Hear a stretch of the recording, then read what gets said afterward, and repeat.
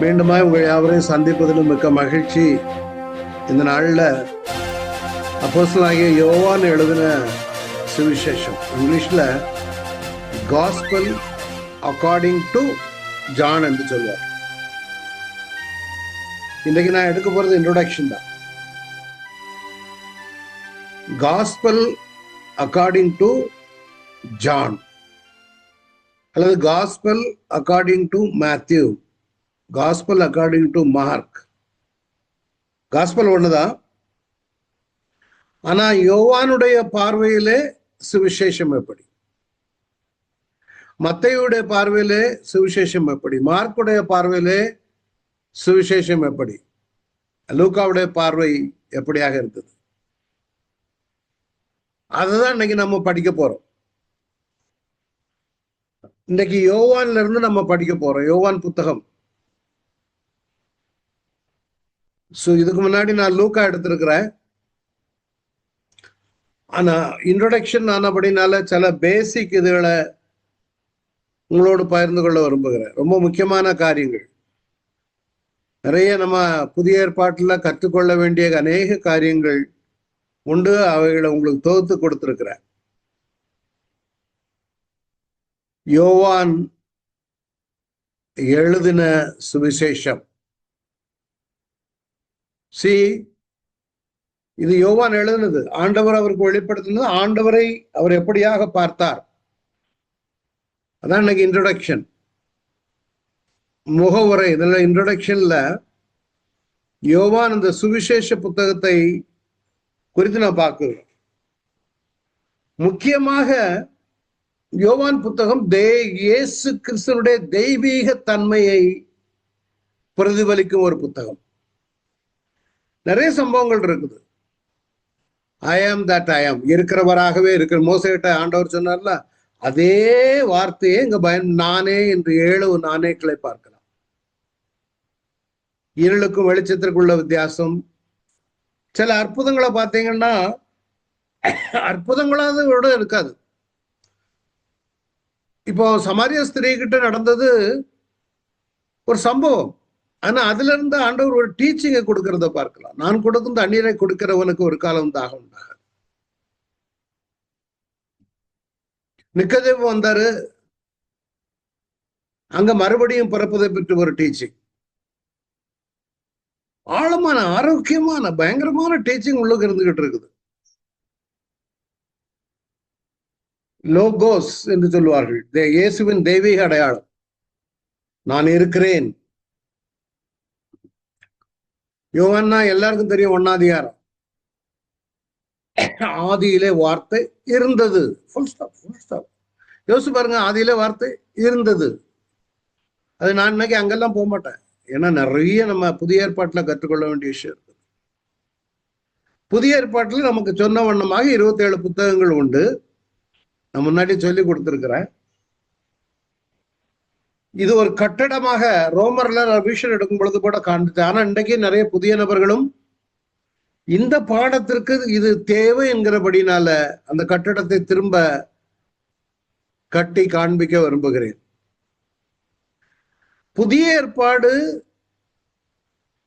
நிறைய பழைய ஏற்பாட்டு குறிப்புகள் இருந்தாலும்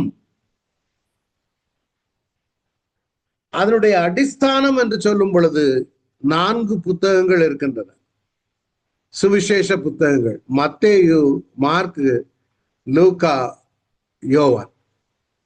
இந்த 4 புத்தகங்களின் அடிப்படையில தான் நிருபங்கள் எழுதப்படுகிறது.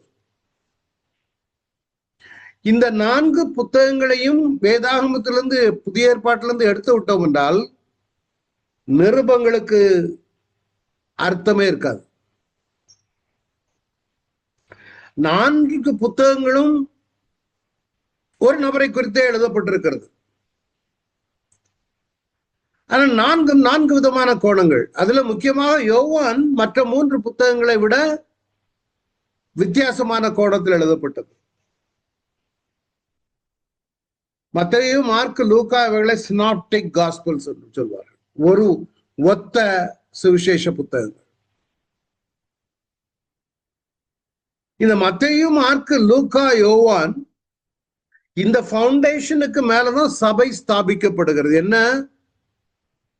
உலகத்தின் பாவத்தை சுமந்து தீர்க்கிற தேவாட்டுக்குட்டி வந்தார். உலகத்திலே வந்து பாவங்களை சுமந்து தீர்த்து அநேக போதனைகளை கொடுத்தார். அவர் பாவிகளுக்காக சிலுவையில மரித்து உயிர் தெழுந்தார். இதன் அடிப்படையில தான் சபை கட்டப்படுகிறது. சோ இந்த 4 புத்தகங்களும் இயேசு கிறிஸ்துடைய வாழ்க்கை சரித்திரம் 4 நபர்களுடைய பார்வையிலே காஸ்பல் அக்கார்டிங் டு. இப்ப இதுல எனக்கு நிறைய நண்பர்கள் நீங்க இருக்கீங்க. ஒரு நண்பர்கிட்ட கேட்டா, என்னை பற்றி கேட்டா, அவரு என்னுடைய கடந்த காலத்துல நான் அபுதாபியில் இருக்கும் பொழுது என்னோட இருந்தவர். அவர் அங்குள்ள சம்பவங்களை சொல்வார். இப்ப இன்னொரு என்னுடைய உறவினர் இருக்காரு ரோயிங்க, அவர்கிட்ட கேட்டா அவருக்கு தெரிந்த வகையில என்ன சொல்லுவார், எங்க ஊர்ல வளர்ந்த பையன், நல்ல பையன், அவங்க அப்பா என்னாரு, அம்மா என்னாரு. சோ அதே மாதிரி ஒவ்வொருடைய பார்வையிலும் இயேசு எப்படியா காணப்பட்டாரோ அதை சபை கீழே வாழ்க்கை சரித்திரம், வாழ்க்கை குறிப்பு, இதுதான் ஃபவுண்டேஷன். திருப்பியும் சொல்லித்தர, நீங்க இதுல டாப்பா இருந்தீங்கன்னா, அந்த 4 புத்தகத்திலையும் ஃபெமிலியர் ஆனீங்கன்னா உங்களுடைய வளர்ச்சி ரொம்ப, உங்களுடைய கான்ட்ரிபியூஷன் பிரமாதமா இருக்கும். சபசரித்திரம் படிக்காட்டி பரவாயில்ல, நிருபங்கள் இல்லாட்டி, அதாவது வேணும். ஆனா இந்த 4ஐயும் நீங்க விட்டுட்டு மீதி எல்லா புத்தகங்களையும் படித்தாலும் அடிஸ்தானம், அடிப்படை என்ன என்று நமக்கு தெரியாது. அதனால இதற்கு மேலாக அப்போஸ்தலர் நடபடிகள், அவர்கள் எப்படியாக செயல்பட்டார்கள், இதன் அடிப்படையில் தான் சபை ஸ்தாபிக்கப்பட்டு இந்த சபைகளுக்கு எழுதப்பட்ட கடிதங்கள் தான் இதெல்லாம். ரோமர் அண்மையில தான் பார்த்து முடிச்சோம், விலாவரியாக படித்தோம். ரோமர், கொரிந்தியருக்கு எழுதினது, இதெல்லாம் சபைகளை ஸ்தாபித்து விட்டு பவுல் எழுதிய புத்தகங்கள். அடுத்தது தனிநபர்களுக்கு எழுதியது 1 தீமோத்தேயு, 2 தீமோத்தேயு, தீத்து, பிலமோன். பிற நிருபங்களை பார்த்தீங்கன்னா எபிரேயர், யாக்கோபு, 1 பேதுரு, 2 பேதுரு, 1 யோவான், 2 யோவான், 3 யோவான், யூதா, வெளிப்படுத்தல். இதுல 27%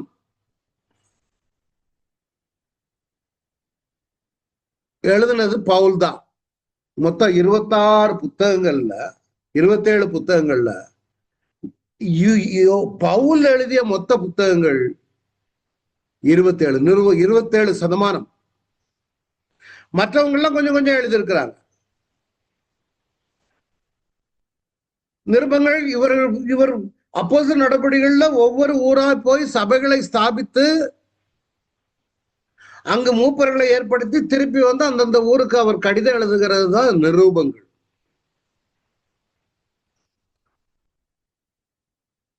ரெண்டு பக்கம் பாத்தீங்கன்னா மொத்தத்துல 9 18 கடிதங்கள் இருக்குது. தனிநபராகிய 4 பேருக்கு 4 கடிதங்கள் போதக கடிதங்கள், பாஸ்டோரல் எபிசல்ஸ் சொல்லுவாங்க. இந்த பாஸ்டோரல் எபிசல்ஸ் 1 தீமோத்தேயு, 2 தீமோத்தேயு, தீத்து, பிலிமோன்.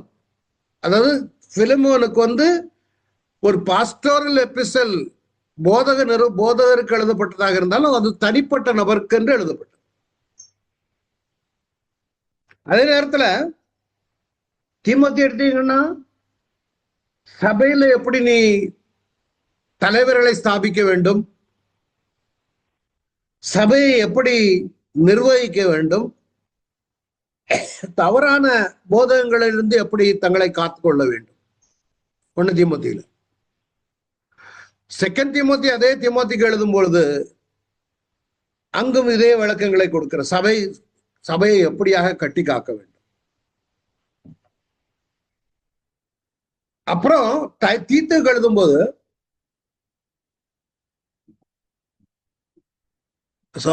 தீத்துக்கு எழுதும் பொழுது சபையில பிஷப், பிரெஸ்பிட்டர்ஸ், போதகர்கள் எப்படி இருக்க வேண்டும்? It's like an instructional letter. இளைய போதகர்கள் எப்படியாக சபைகளில் செயல்பட வேண்டும்.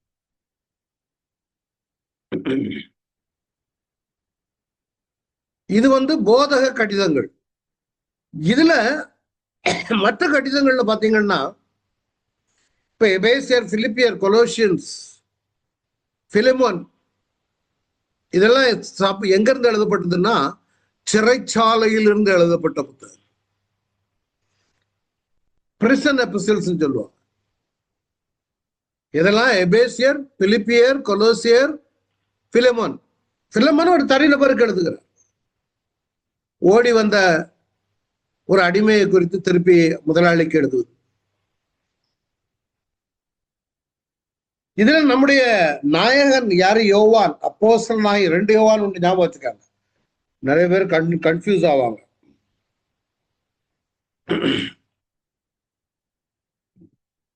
முதல் யோவான்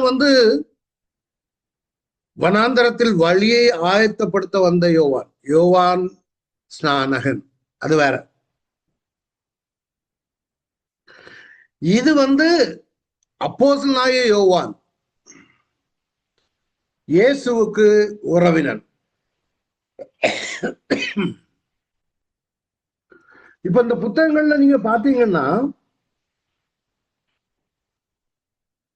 யோவான் எழுதுன யோவான், அப்போஸ்தலனாகிய யோவான் எழுதின சுவிசேஷம், இது போக 1 யோவான், 2 யோவான், இந்த இருக்கு பாருங்க, 1 யோவான், 2 யோவான், 3 யோவான், வெளிப்படுத்தின விசேஷம். 5 புத்தகங்கள் அப்போஸ்தலனாகிய யோவான் எழுதிய புத்தகங்கள். இது கண்ணு முன்னால எப்போ வருதுங்கன்னா, நீங்க பைபிளை வாசிக்கவும் உங்களுக்கு நல்லா புரியும், கிறிஸ்டல் கிளியரா புரியும். இதன் அடிப்படையில தான் இந்த புத்தகங்கள் எழுதப்பட்டிருக்கிறது. ஆதியாகமத்திலிருந்தே கொண்டு வந்தா வேற கதை. அது அங்கு விதைக்கப்படுகிறது, வெளிப்படுத்தின விசேஷத்தில் அறுவடை செய்யப்படுகிறது. வேதாகம் முழுவதுமே ரட்சிப்பு என்ற ஒரு தங்க இழை ஓடிக்கொண்டிருப்பதே பார்க்கலாம். ஆக இதை நம்ம ஒரு லிஸ்ட் போட்டோம்னா, சுவிசேஷ புத்தகங்கள் 4, சபை சரித்திரம் 1, நிருபங்கள் 14, பொதுவான நிருபங்கள் 8. இததான் அங்க நான் இதுல போட்டிருக்கிறேன் மொத்தமாக. இது போக ஆசிரியர்கள், பழைய ஏற்பாட்டுல 32 ஆசிரியர்கள், புதிய ஏற்பாட்டில் 8 ஆசிரியர்கள், மொத்தம் 40 ஆசிரியர்களால் எழுதப்பட்டது. முக்கியமான காலகட்டத்தில் இயேசு பிறக்கிறார். அவருடைய வாழ்க்கை துவங்குகிறது. புதிய ஏற்பாடு எழுதப்பட்ட கால சம்பவங்கள், நடந்த சம்பவம் என்ன? புதிய ஏற்பாடு எழுதும் பொழுது ரோமருடைய ஆட்சி துவங்கி விட்டது. ரோம் ஆட்சி வந்ததுனால உலகம் முழுவதும் ரோம் தலைநகராக மாறிவிட்டது. ஒரு பக்கம் கிரேக்கர்கள், அங்கிருந்து அலெக்சாண்டர் த கிரேட் வருகிறார். தானியல் புத்தகத்தில் நாம் படிச்சிருக்கோம் என்னென்ன எம்பையர்லாம் வந்துச்சு. அப்படி பார்க்கும் பொழுது பாபிலோனிய பேரரசு வந்துச்சு. பாபிலோனிய பேரரசுக்கு பிறகு மேதிய பெர்சியர்கள், கிரேக்கர்கள், ரோமர்கள் வருகிறது பார்க்கலாம். நம்ம விலாவரியாக படித்திருக்கிறோம். கிரேக்கம் வரும் பொழுதே உலகமெங்கும் ஆல்மோஸ்ட் எல்லா கலாச்சாரமும் வந்துச்சு. ஒலிம்பிக்ஸ் எல்லாம் அங்கிருந்து வந்தது. 2வது இன்னொரு சம்பவம் நடந்தது என்னன்னா, கிரேக்கம் வரும் பொழுது உலகமெங்கும் ஒரே மொழி, கிரேக்கம் மொழி பேசப்பட்டது, கலாச்சாரம் பின்பற்றப்பட்டது, மொழி பேசப்பட்டது.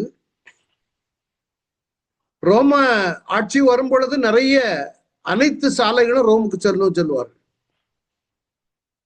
நிறைய பாலங்கள் கட்டப்பட்டது,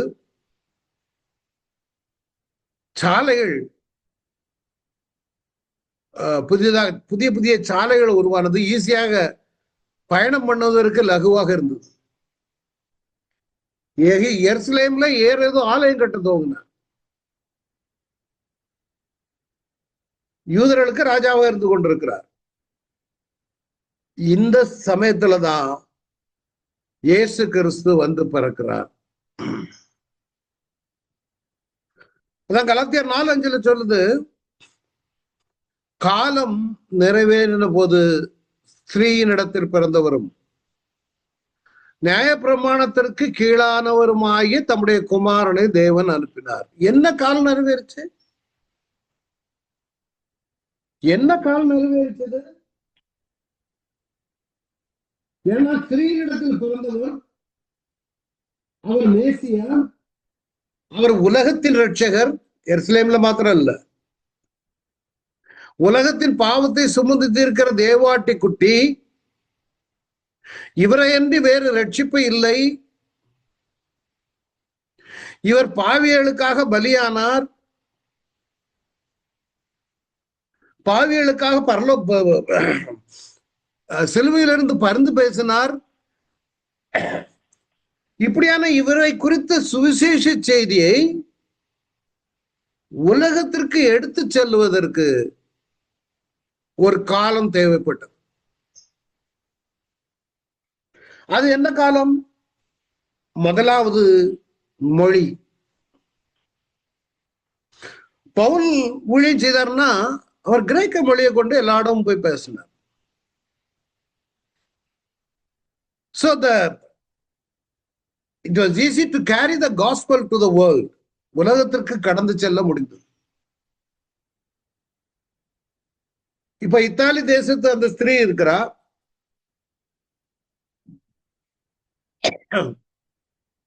பட்டு லிதியா. அவ ஊர்ல போய் சொல்லும் பொழுது அங்க அந்த பாஷை மாறி அடுத்த பாஷைக்கு போகும். அப்படித்தான் கடந்து வரும். இப்ப நம்ம ஊர்ல மிஷினரிஸ்கள் ஜெர்மன்ல இருந்து இங்க வந்து தமிழ் படிச்சு சுவிசேஷம் சொன்னாங்க. மொழி ஒரு முக்கியமான பாலம், ஜனங்களை இணைக்கிற பாலம். அதான் மொழிக்கு ரொம்ப முக்கியம். இப்ப தமிழகத்துல தமிழ் மொழியை அழிந்து விடாதபடி கட்டுப்பிடிப்பதற்கு காரணம் நம்முடைய கலாச்சாரம், நம்முடைய பண்பாடுகள். இவைகளை தூக்கி நிறுத்துவது மொழி. மொழி ரொம்ப ஒரு முக்கியமான காரியம். எபிரேய மொழி ஒரு நாள் அழிஞ்சு போயிடுச்சு. யூதர்களுக்கு எபிரேய மொழி தெரியாத அளவுக்கு பயங்கர கஷ்டத்திற்குள்ள வந்துட்டாங்க. திருப்பி சியோனிய சங்கம் என்ற ஒரு சங்கம்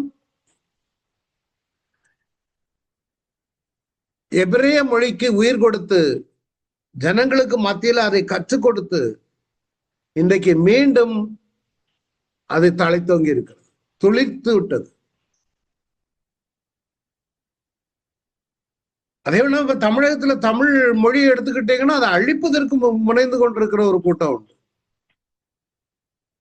அதை விடக்கூடாது. நமக்கு தமிழ் ரொம்ப முக்கியமானது. நிறைய காரியங்கள் இன்னைக்கு இப்பதான் வெளியே வந்துகிட்டு இருக்கு. மீடியா வர வரதான் எங்க இருந்து துவங்கியது, என்னென்ன சம்பவங்கள் தமிழுக்குள்ளாக இருக்கிறது, ஒவ்வொன்றுக்கு அர்த்தங்கள் உண்டு.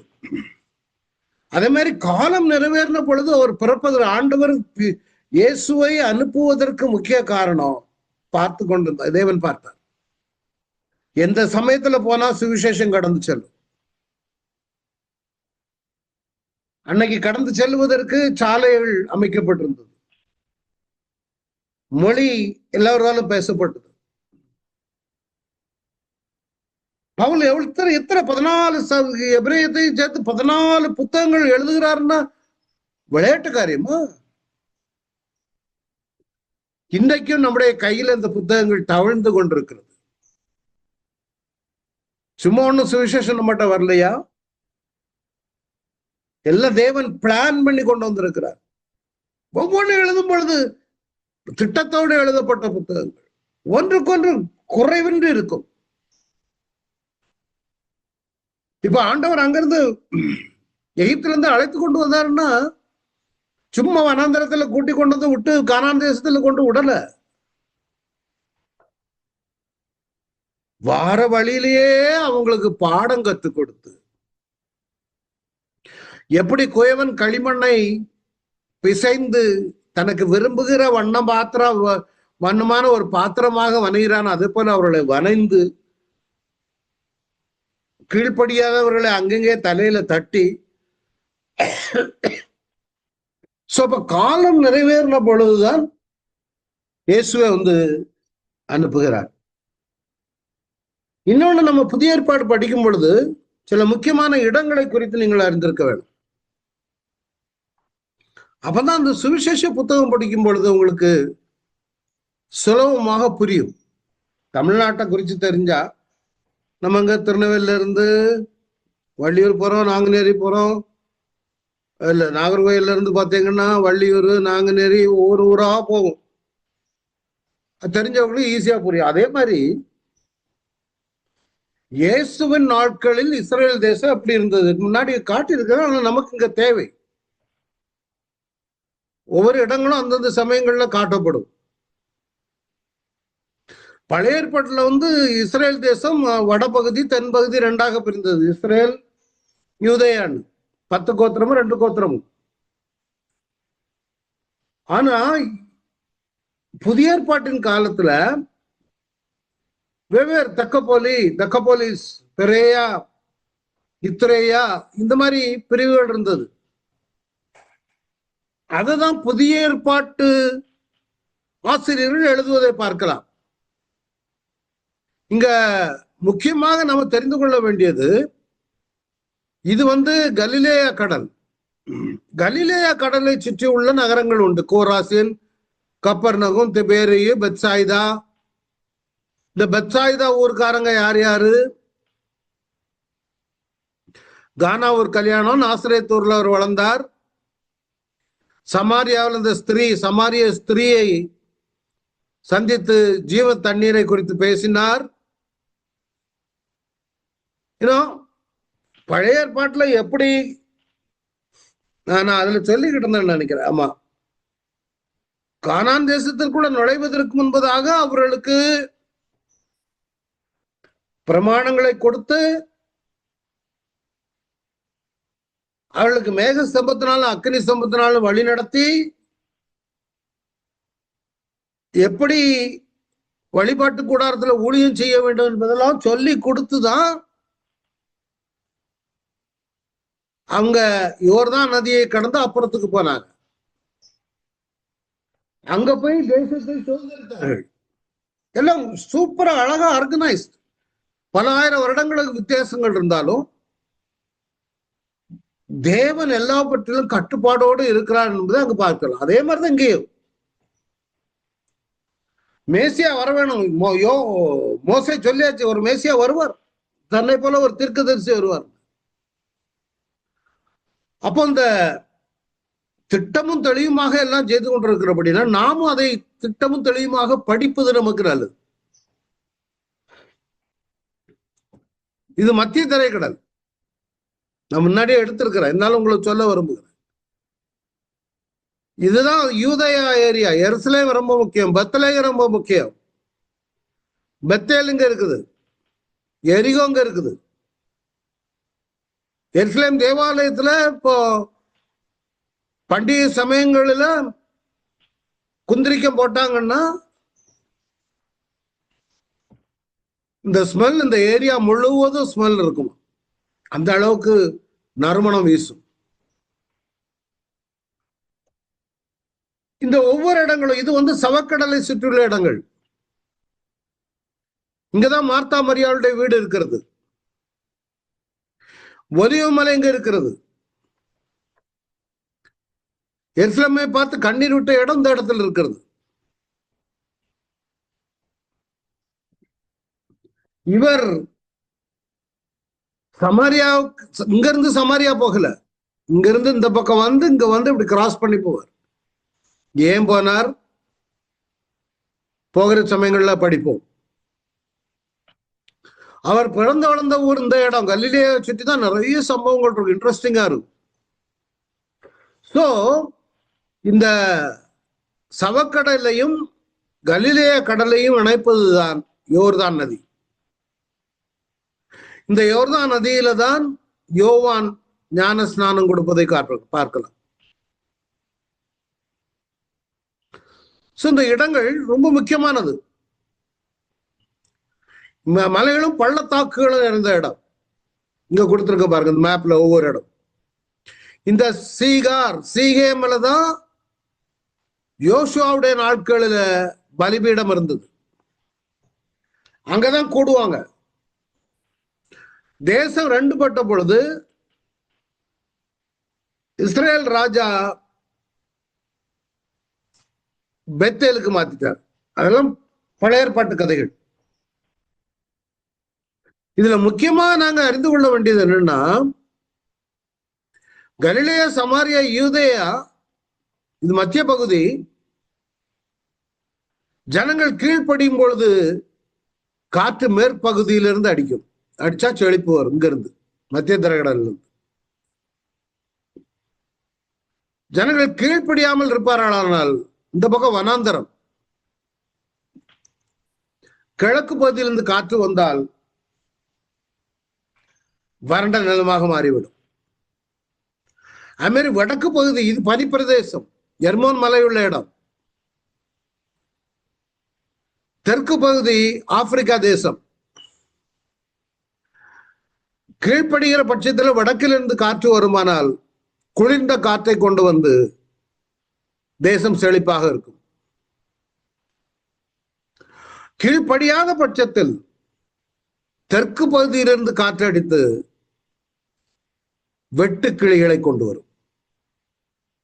இந்த தேசம் வானத்தின் தண்ணீரை குடிக்கிற தேசம். 24 மணி நேரமும் தேவனுடைய கண்கள் பார்த்து கொண்டிருக்கிற தேசம். அவர் விசாரிக்கிற தேசம். வானத்தின் பலவெளிகளை திறந்து இடம் கொள்ளாமல் ஆசீர்வதிக்கிற தேசம். பாலும் தேனும் ஓடுகிற தேசம். இந்த தேசத்திற்குள்ளத்தான் தேவன் எப்படியாக வந்து இந்த இடங்களை சுற்றி திறந்து ஊழியம் செய்தார் என்பதை நாம் படிக்க போகிறோம். அதான் இந்த புத்தகத்திற்கு according gospel according to John. காஸ்பல்னா குட் நியூஸ், நற்செய்தி, குட் நியூஸ், நற்செய்தி, இவாஞ்சலியோன், அதுக்கு பேரு குட் நியூஸ். என்ன குட் நியூஸ்? ஏன் அந்த புத்தகத்திற்கு குட் நியூஸ்னு கொடுக்கறாங்க? ஜனங்க காத்து கொண்டிருக்கிறாங்க, எப்பொழுது வருவார். பழைய ஏற்பாடு புத்தகம் சொல்லிச்சது, இயேசு வருகிறார், இயேசு வருகிறார், மேசியா வருகிறார், மேசியா வருகிறார். பழைய ஏற்பாடு புத்தகம் சொல்லுது மேசியா வருகிறார். எங்க எங்க எங்க வர்றாரு? எங்க வர்றாரு? மேசியா வந்துட்டாரா? ஏசியா வந்துட்டாரா? நத்தானுவேல்கிட்ட போய் சொன்னதான் கேட்டான், எங்க அவரு வந்திருக்காரா? கலிலேயா இருந்து வர்றதுக்கு வாய்ப்பு இல்லையே.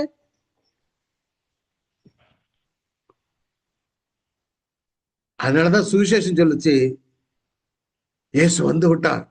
குட் நியூஸ், வந்து விட்டார், வந்து விட்டார். அதுதான் சுவிசேஷம். எதற்காக வந்திருக்கிறார்? அவருடைய பாவங்களை சுமந்து தீர்க்க வந்திருக்கிறார். அதான் பழைய ஏற்பாடு சுவிசேஷ புத்தகங்கள், நிருபங்கள், வெளிப்படுத்தின விசேஷம் ஒவ்வொன்றும் ஒரு நோக்கத்தோட கொடுக்கப்பட்டது நமக்கு. பழைய ஏற்பாட்டில் அன்றைக்கு வாழ்ந்தவர்களுக்கு இயேசு வருகிறார் தான் தெரியும். இன்றைக்கு நமக்கு இயேசு வந்து விட்டார். சுவிசேஷம் தான் சொல்லுச்சு, மத்தேயு, மார்க்கு, லூக்கா, யோவான் வந்து விட்டார். நீ சொன்ன மேசியா வந்து விட்டார். உலகத்தின் பாவத்தை தீர்க்கிற சுமந்து தீர்க்கிற தேவாட்டி குட்டி வந்து விட்டது. ஆதியிலே வார்த்தையா இருந்தது, வந்து விட்டது. அந்த வார்த்தை தேவனே வந்து விட்டார், மாம்சமாகி சத்தியத்தினாலும் கிருபையினாலும் இருந்தவராய் நமக்குள்ள வந்து விட்டார். அப்ப பலி, தன்னையே பலியாக செலுத்தி விட்டார். நிருபங்களை தூக்கிட்டோன்னு வைங்களேன், பைபிள்ல இருந்து நிருபத்தை எடுத்துட்டா, வெளிப்படுத்தின விசேஷத்தை எடுத்துட்டா, we are finished. We don't know what will happen.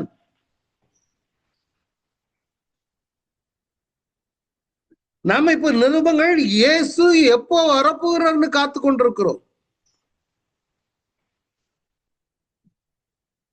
வெளிப்படுத்தின விசேஷம் இதே யோவானுக்கு வெளிப்படுத்தப்பட்டது இயேசு எப்படி வருவார் என்பதை காண்பிக்கிறது. Hope you are following me. நல்ல ஞாபகம், வேதாகமத்திலிருந்து ஆதியாமும் வெளிப்படுத்தின விஷயமும் எடுத்துட்டா துவக்கமும் முடிவும் கிடையாது, புரியாது. அதே மாதிரி வேதாகமத்திலிருந்து சுவிசேஷ மத்தேயு, மார்க், லூக்கா, யோவானை எடுத்து விட்டால் நிருபத்தை மாத்திரம் வைத்திருந்தா யார் வரப்போறா? இயேசு எப்போ வந்தாரு? மீண்டும் வரப்போறான்னு சொல்லி இருக்குத. எப்போ வந்தாரு? You are last. உங்களுக்கு தெரியாது எப்போ வந்தாருன்னு. சுவிசேஷம் படிச்சாதான் தெரியும். அவர் வந்தாரு, சுற்றி தெரிந்தாரு, அற்புதங்களை செய்தாரு, பல போதகங்களை கொடுத்தார், தன்னையே பலியாக ஒப்பு கொடுத்தார்.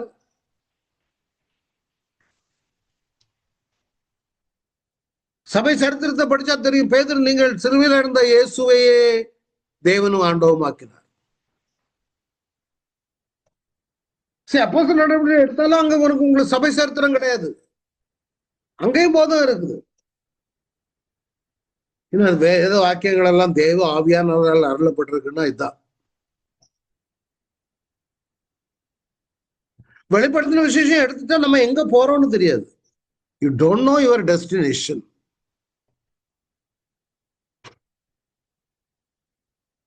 எல்லாம் ஒன்றுக்கொண்டு ஒத்து வரும் இந்த புத்தகங்கள்.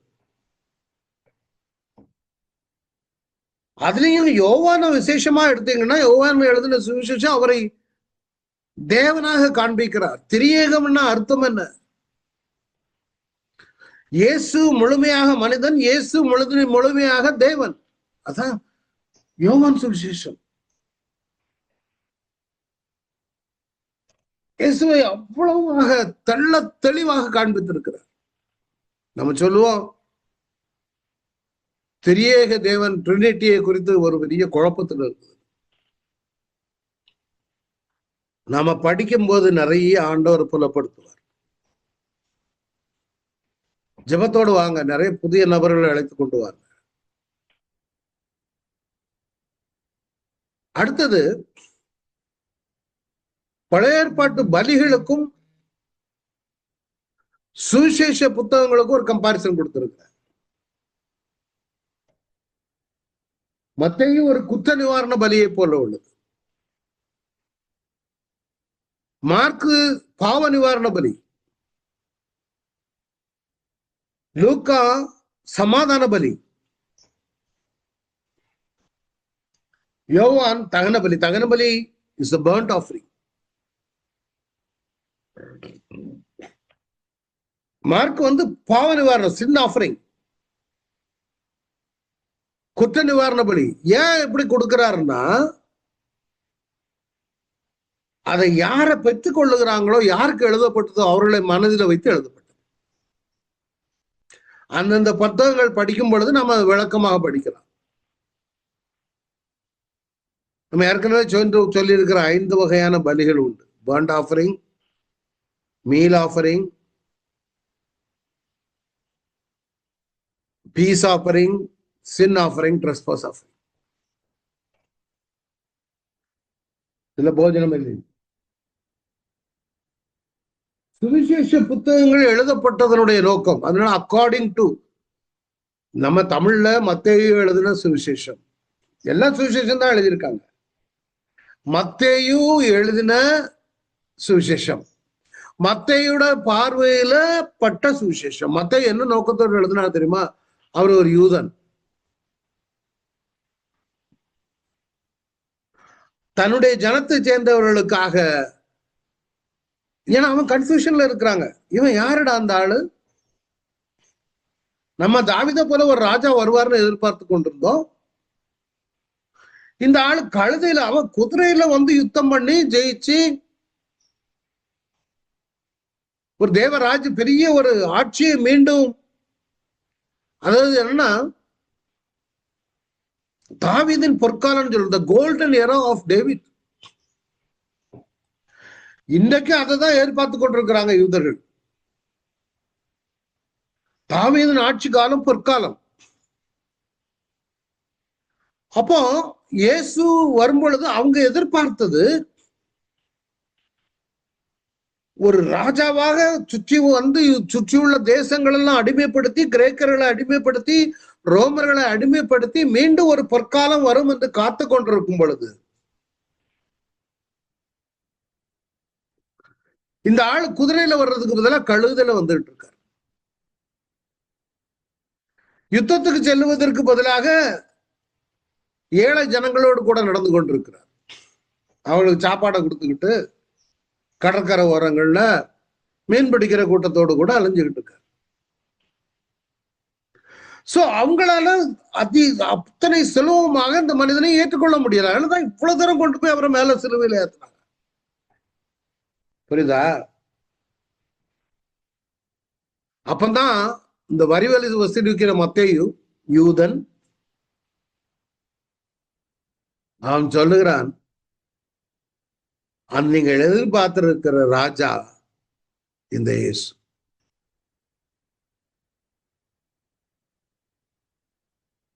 அடுத்தது மார்க்கு, அங்க ரோமருடைய ஆட்சி நடக்குது. ஊழியம் செய்யவும் ஊழியம் கொள்ளவும் வந்தார். ரோமர்களுக்கு எழுதுகிறார்.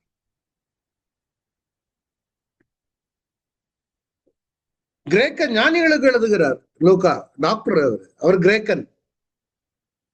லூக்கா அவர் கிரேக்கன். எழுதின எல்லா ஆசிரியர்கள ஒரே ஒரு புறஜாதி வந்து லூக்கா தான். அவரை ஒரு மனிதனாக, மனித குமாரனாக சித்தரிப்பதை பார்க்கலாம். யோவான் தான் யூதர்களுக்கு, உலகத்திற்கு, அதாவது ஜனங்களுக்கு தேவ குமாரனாக வெளிப்படுத்துகிறார். மேல உள்ள 3 பேரும் பூமியில் உள்ள ஒரு காரியங்களுக்காக பார்க்கிறாங்க.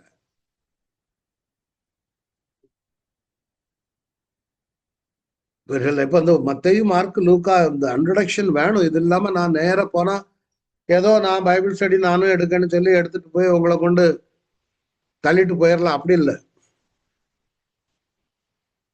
கேட்கறவங்க எல்லாரும் ஞானமா அதுல கொஞ்சம் தெளிவா இருக்கணுங்கிறதுக்காக தான் ஒவ்வொரு புத்தகங்களையும் வாசிக்கும் பொழுது உங்களுக்கு மனசுக்குள்ள வருது. இன்னும் இந்த இந்த அடிப்படை காரியங்கள் உங்க மனசுல பதிஞ்சிச்சுன்னா நீங்க வாசிக்கும் பொழுது இன்னும் நிறைய புறப்படும் உங்களுக்கு. இப்ப நான் எடுக்கும் பொழுது கூட ப்ரிப்பேர் பண்ணி வர்றதை விட இங்க எடுக்கிறது இன்னும் தெளிவா வந்துகிட்டே இருக்குது.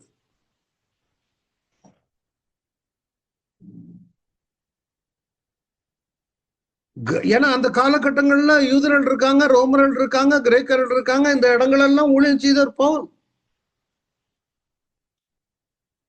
சோ இந்த தேவ ஆவியானவரால் எழுதப்பட்டிருக்கிறபடினால தெளிவா ஆண்டவர் கொண்டு வர்றாரு. யாரும் யோவான் பண்ணுவார். ஐயோ, யோவான் அவ்வளவு தெளிவு.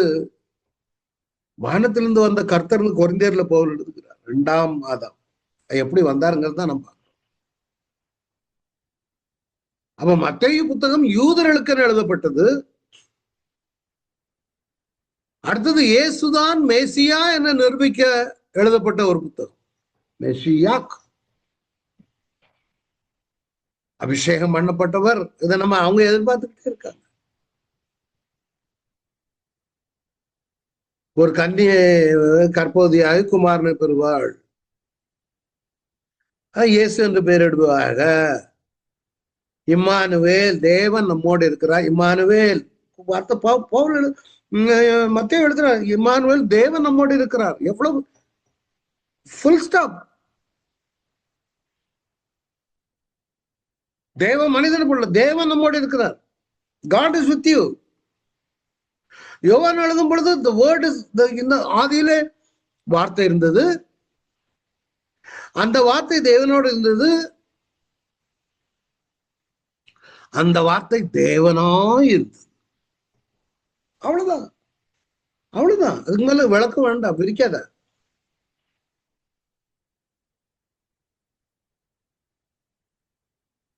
அடிக்கடி மத்தேயுல நீங்க பார்க்கலாம், ஏசாயாவில் எழுதினபடி, எரேமியாவில் எழுதினபடி பழைய ஏற்பாட்டை கோட் பண்ணி எழுதப்படுகிறது பார்க்கலாம், எழுதியிருக்கிறபடி as it is written. இங்கே சரித்திரம், கலாச்சாரம், பரம்பரை பட்டியல் முதலில் உண்டு.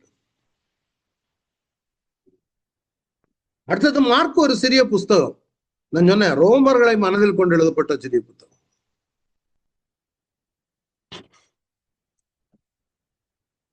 இயேசு பாடுபட்டு ஊழியம் செய்த வந்தவர் என நிரூபிக்கும் ஒரு சுவிசேஷ புத்தகம், நிருபம்னு போட்டிருக்கார். அவர் செய்த காரியங்கள் விலாவரியாக விளக்கப்பட்டுள்ளது. புறஜாதியாரை கருத்தில் கொண்டு எழுதப்பட்டது. பரம்பரை பட்டியலோ பழைய ஏற்பாட்டு தீர்க்க தரிசன மேற்கோளோ கிடையாது. இந்த 4 சுவிசேஷ புத்தகங்களிலும் மொத்தமுள்ள 35 அற்புதங்களில் 18 அற்புதங்கள் இதில் உள்ளது. எதுல? மார்க்ல. பேதுருவின் வசனங்கள் இங்கே கையாளப்படுவதை காணலாம். ஏன்னா அந்த தியாலஜிக்கல் காலேஜில் படிக்க போனீங்கன்னா இதெல்லாம் ரொம்ப ஆழமா எடுப்பாங்க. மார்க் எங்க இருந்து எடுத்தாரு? மார்க்கு பேதுரு ரொம்ப க்ளோஸ் ஆனதுனால பேதுருடைய பிரீச்சிங்ல இருந்து நிறைய மார்க் எடுத்து பயன்படுத்துவதை பார்க்கலாம். சோ பேதுருவின் வசனங்கள் இங்கே கையாளப்படுவதை பார்க்கலாம்.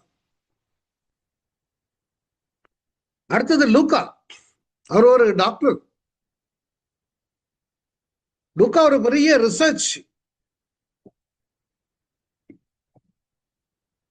அவர் ஒரு ஸ்காலர். லூக்கா எழுதும்போது அவர் ஒரு டாக்டர்னு பார்க்கும்பொழுது நாங்க போயிருந்தோம். நானும் என் ஒய்ஃபும் ஹாஸ்பிட்டலுக்கு ட்ரீட்மெண்ட்டுக்கு அண்மையில போயிருந்தோம். நாங்க 2 பேரும் உட்காந்து வெயிட் பண்ணிக்கிட்டே இருக்கோம். பல டெஸ்ட்டுகள் எங்களுக்கு எழுதுனாங்க. டாக்டரை பார்க்கறதுக்கு வெயிட் பண்றோம். டெஸ்ட் ரிசல்ட் வரல. அப்படி உட்கார்ந்து இருக்கும்போது சில ஆளுகளை பார்த்தா வித்தியாசமா இருக்கிறாங்க. பேஷண்ட் இருந்தான். ஒரு ஆளை பார்த்தா நான் சொன்னேன், அந்த ஆளை பார்த்தா டாக்டர் மாதிரி இருக்குல்ல. அவர் டாக்டர் தான், பேர் சொல்லி கூப்பிட்டாங்க டாக்டர். அப்புறம் கொஞ்ச நேரம் கழிச்சா இன்னொரு ஆள் வர்றாரு. அவரு டாக்டர். அங்க வழியா போனாங்க. அவர் அங்கேயே வேலை பார்க்கக்கூடிய டாக்டர். என்ன சொல்ல வர, அவங்கள பார்த்தாலே தெரியும் டாக்டர்னா ஒரு பெரிய ஞானவான். அது ஏன்னா நான் அந்த ஃபீல்ட்ல இருந்தோம். ஐ அட்மயர் இருந்தோம். பல வருஷங்களா நான் 85ல 70களில் இருந்தே 40-50 வருஷமா நான் வேலை பார்த்துருக்கேன். 55 வருஷம் ஆகுது. They are great. God given gift. அவங்கள பார்த்தாலே தெரியும். அவரு சுவிசேஷம் எழுதுறாருன்னா எப்படி இருந்து பாருங்க. மரியாளுடைய பிறப்பை குறித்து விளக்கமா எழுதியிருக்காரு. யாரு? டாக்டர் எழுதுறாரு. எல்லா டாக்டரும் அதெல்லாம் கிடையாது. கண்ணின் மயத்துல எப்படி அதெல்லாம் நடக்கும். ஆனா இவரு ரிசர்ச் பண்ணி எழுதுறாரு. வாழ்க்கை, போதனை, மரணம், உயிர்த்தெழு. இந்த டாக்டர் உயிர்த்தெழுதலை பற்றி ஒரு டாக்டர் இஸ் அட்டஸ்டிங். அதான் அவ்வளோ பெரிய பியூட்டிங்க. ஒரு டாக்டரை சொல்ற உயிர்த்தெழுந்தார். அறிந்த அனைத்து மனித குலத்திற்கு இவரே ரட்சகர் என வெளிப்படுத்துகிறார். அவரது ஓமைகள், அற்புதங்கள் மற்றும் பல்வேறு நபர்களோடான தொடர்புகளை எடுத்துக்காட்டுகிறது. மன்னிப்பு, மீட்பு மற்றும் பழைய ஏற்பாட்டு தீர்க்க தரிசனங்கள் நிறைவேறுதல் இங்கு விலாவரியாக கொடுக்கப்பட்டுள்ளது.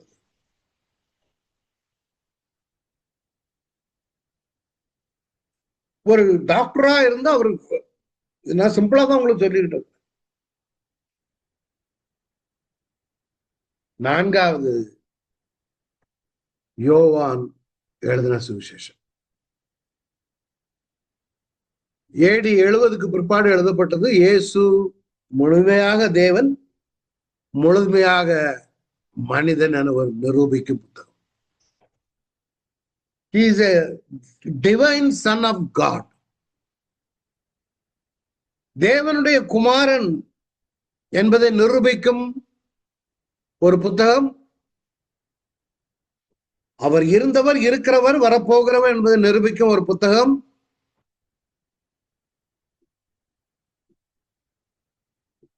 மனித ஞானவாதத்திற்கு எதிராக எழுதப்பட்டது. சிலவங்க சொல்லுவாங்க அதெல்லாம் முடியாது, அதை அடித்து உடைக்கிற ஒரு புத்தகம். இங்கே இயேசு செய்த அற்புதங்களிலும் அதனால் ஜனங்களின் செயலும் காணலாம். வார்த்தை எவ்வாறு மாம்சமானது என்பதை விவரிக்கிறது. இயேசுவின் உரையாடல்கள், குணப்படுத்துதல், சிலுவையில் அறைதல், உயிர்த்தெழுதல் ஆகிய முக்கிய நிகழ்வுகள் அடங்கும். அவரது அன்பையும் விசுவாசத்தின் மூலம் ரட்சிப்புக்கான பாதையும் அடிக்கோடிட்டு காட்டுகிறது. எது? யோவான் புத்தகம். ஏற்கனவே சொன்னேன், இந்த 4 ஆசிரியர்களும் அவருடைய பார்வையில் எப்படி இயேசுவை கண்டார்களோ அப்படி எழுதியிருக்கிறார்கள். அதுக்குதான் ஒரு விளக்கம் முன்னாடி கொண்டு வந்திருக்கிறாங்க பாருங்க. இந்த ஒரு ஏர்கிராப்ட் எடுத்தீங்கன்னா, இது ஒவ்வொரு 4 பக்கத்துல 4 கேமராக்கள் வைத்து பார்த்தோமானால், இப்ப இந்த கேமரால பாத்தீங்கன்னா இந்த படி தெரியும். ஒரு படி திறந்துகிட்டு இருக்கு பாருங்க. இந்த ரைட் சைட்ல இருக்கிற இந்த எங்க இருக்கு இந்த கேமரா, இந்த கேமரால இருந்து பார்த்தா இந்த பக்கம் தெரியும் இது. ஆனா இந்த கேமரால இருந்து பார்க்கும் பொழுது படி தெரியாது, அந்த பக்கம் தெரியும். இந்த ஃப்ரண்ட்ல உள்ள கேமரா நோஸ் பகுதி தெரியும், டெயில் பகுதி அவ்வளவா தெரியாது. பின்னால் உள்ள கேமரா பின்பகுதி தெரியும். ஒரே ஏர்கிராப்ட் தான். இதுக்கு பதிலாக ஒரு யானையை விட்டுட்டு பார்த்தீங்கன்னா பின்னால உள்ள கேமரால வால் பகுதி தான் தெரியும், முன்னால உள்ள பகுதியில தும்பிக்கை தெரியும். வலது பக்கம் ஒரு காது தெரியும், பாடி தெரியும், 2 கால் தெரியும். சோ அவரவர்கள் எப்படி பார்த்தார்களோ அதே வண்ணமாக இயேசு கிறிஸ்துவை மத்தேயு எப்படி பார்த்தாரோ அவருடைய பார்வையின் பிரகாரம் எழுதியிருக்கிறார்.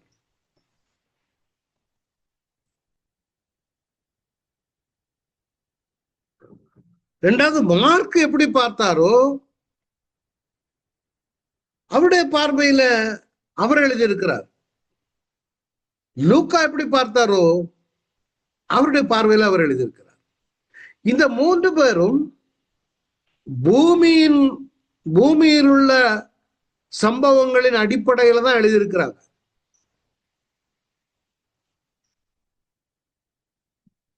ஆனால் யோவான் எழுதும் பொழுது அவர் வானத்திலிருந்து வந்த தேவ குமாரன் என்பதை மேலிருந்து எடுக்கிறார். மத்தேயு, மார்க்கு, லூக்கா அந்த 3மே சினாப்டிக் ஒத்த சுவிசேஷ புத்தகம், ஒத்த இதுதான். இங்க அவருடைய நிறைய சம்பவங்கள் இருக்கும், வாழ்க்கை வரலாறு எல்லாம் இருக்குது. But the divine aspect of Jesus is being revealed by John. எல்லாவற்றையும் உள்ளடக்கி அவர் தேவனுடைய குமாரன் என்பதை அழகாக நிரூபிக்கிறார். திரியேகத்தில் ஒருவர், அவர் தேவன். குமாரன், அவர் தேவர். இயேசு மனிதன், இயேசு கடவுள், இயேசு கர்த்தர், இயேசு ஆண்டவர். யோவான் அவருடைய தெய்வீக தன்மையை காட்டுகிறார். எப்படி வழிபாட்டு கூடாரத்துல மகா பரிசுத்தலம், பரிசுத்தமான இடமோ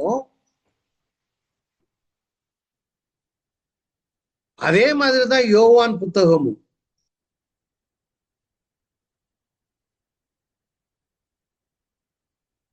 எப்படி பழைய ஏற்பாட்டுல மகாபரிசுத்தலத்திற்குள்ள ஆசாரியன் நுழைகிறானோ அதே போல ஒரு நுழைகிற இடம் தான் யோவான் புத்தகம். அங்கே தேவனுடைய பிரசன்னத்தை பார்க்கலாம். You want to see the glory of God, Jesus Christ? As we are going to study, நான் அந்த புத்தகத்தை படிக்கும் பொழுது நாம் அவரை குறித்து ஆழமாக பார்க்க போகிறோம். எப்படி மகா பரிசுத்தலத்திற்குள்ள தேவனுடைய பிரசன்னத்தை பார்க்க முடியுமோ அப்படி நாம் பார்க்க போகிறோம். ஒரே முறை பிரவேசித்து நித்திய மீட்பை உண்டு பண்ணின பிரதான ஆசாரியரை குறித்து பார்க்க போகிறோம். வானத்துல ஒரு வழிபாட்டு கூடாரம் பரலோகத்துல உண்டு. அங்கே ஒரே புறம் பிரவேசித்து நித்திய மீட்பை உண்டு பண்ணின இயேசுவை குறித்து பார்க்க போகிறோம். சோ இந்த இயேசு கிறிஸ்து பல வகையில வெளிப்படுத்தப்பட்டிருக்கிறார். மத்தேயு எடுத்தீங்கன்னா யூதர்கள் எதிர்பார்த்த மேசியா. மார்க்கு பாடுபட்ட தேவகுமாரன். உலகின் ரட்சகர் பிதாவை வெளிப்படுத்திய தேவகுமாரன். பிதாவை வெளிப்படுத்திய தேவகுமாரன் ரொம்ப முக்கியம். பிதாவை அவர் வெளிப்படுத்தலைன்னா நம்ம இன்னும் will be lost. ஒவ்வொன்னும் ஒவ்வொரு நோக்கத்தில் எழுதப்பட்டது. அதனால மத்தேயு, மார்க்கு, லூக்கா, யோவானை எடுத்துக்கொண்டீங்கன்னா